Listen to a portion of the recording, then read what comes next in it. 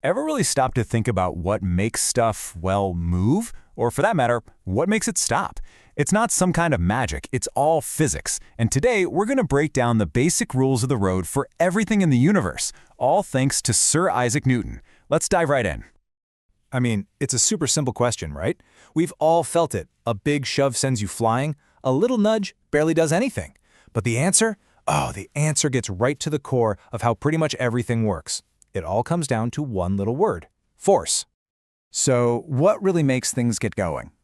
Objects don't just decide to move all by themselves. Nope. Any change in motion, whether it's starting, stopping, or turning, is always caused by something physicists call an unbalanced force. Okay, let's try a little thought experiment. Picture this. You're sitting in one of those office chairs with wheels. Right now, there are two main forces we care about. You've got your friend giving you a push forward, and at the same time, you've got the friction from the floor trying to hold you back. Now, if your friend's push is stronger than that pesky floor friction, the forces are officially unbalanced. The bigger force, the push, wins. And what happens? You start moving. You start speeding up. That change in speed, that's what we call acceleration. Okay, but what happens the second your friend lets go? Poof, the push is gone. All of a sudden, friction is the only real force left in the game. It's now the unbalanced force, and since it's working against you, it makes you slow, down, and eventually stop. And that, right there, is the big idea. See, when all the forces are balanced out, nothing changes. An object just keeps doing what it's doing. But the moment those forces get unbalanced, boom, you get acceleration. This is literally the key that unlocks how motion works. So this whole connection between force and acceleration, it's not just some fuzzy concept. It's an exact mathematical rule. And that brings us to the big one, Newton's legendary second law of motion. So what's it say? Basically, the total force acting on something, what scientists call the net force, is perfectly linked to two things: how much stuff the object is made of, its mass, and how fast it's accelerating.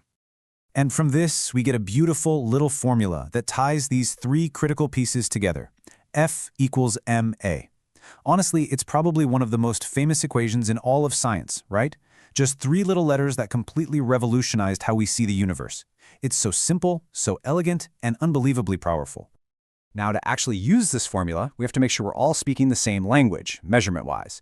So for force, we use newtons. For mass, it's kilograms, and for acceleration, we use meters per second squared. Sticking to these standard units just means it works, every time.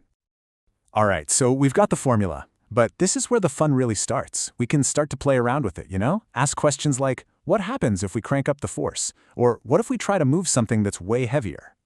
And check this out, this is so cool. On one side, if you keep the mass the same, but you double the force, you push twice as hard, guess what? You get double the acceleration. Totally makes sense, right?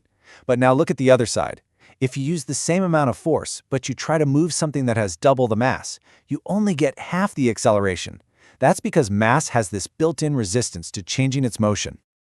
Okay, time for a law that can kind of mess with your head at first. It might not seem obvious, but it is happening literally everywhere all the time.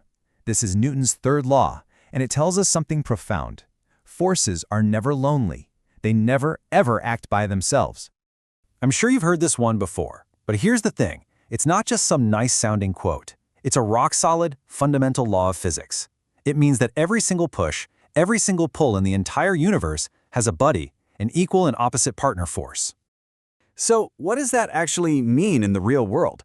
Well, think about pushing on a wall. As you push on it, the wall is, at that very same instant, pushing back on you with the exact same amount of force. That feeling of resistance you get, that's not just the wall being solid. It's an actual active force that the wall is exerting back on your hand.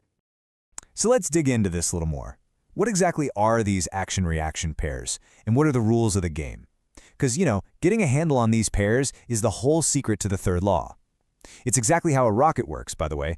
The rocket pushes super hot gas down, and in reaction, the gas pushes the rocket up.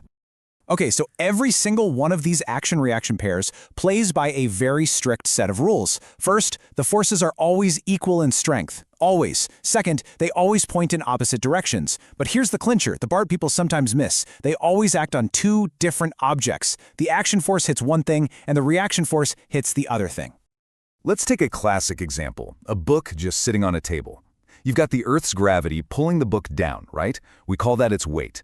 But at the same exact time, the table is pushing up on the book with a force that's equal and opposite. We call that the normal force. Now, since both of those forces are acting on the book and they're perfectly balanced, the book just sits there.